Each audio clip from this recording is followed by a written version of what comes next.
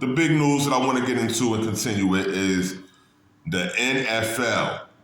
The New York Giants have released Daniel Jones. Finally, the New York Giants been wanting to get rid of this guy. However, they hired this coach, Brian Daboll. Brian Daboll, he called himself vouching for Jones 2 years ago to get him this $160 million deal. $160 million, which was $40 million per year for the New York Giants to play quarterback.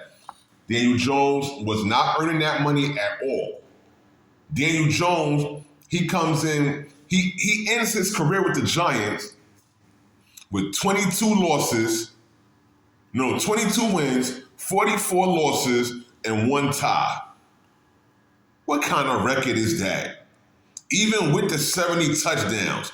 My New York Giants deserved a lot better for a long time. I think that it's awesome that they're getting rid of Daniel Jones. I'm not celebrating somebody losing their job or the unemployment rate going up, but Daniel Jones, he will be all right. Just not with the New York Giants.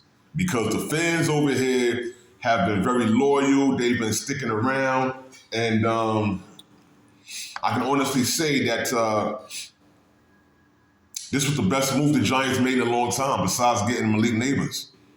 You know, I think that this puts us in position to want better for next year's draft and even look at some free agents that's available right now at the moment, because there are a few that's out there. The New York Giants have been poised to actually finally try to win and do what's best for New York. You know, Daniel Jones went to the playoffs the other year and they were bumped pretty quick.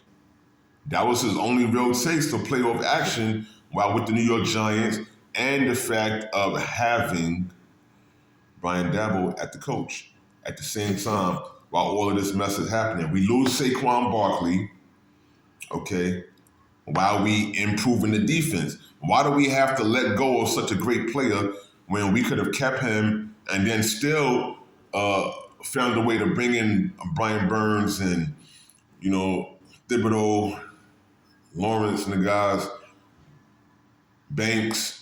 You know, we do have a defensive team here that can do some things, a defensive squad that can play some football, and they can really stop the other team from getting too crazy. However, they have to be on their A game, because it takes more than defense. The team has to score, because these guys are human and somebody's going to get a little lackadaisy and some scoring is going to happen.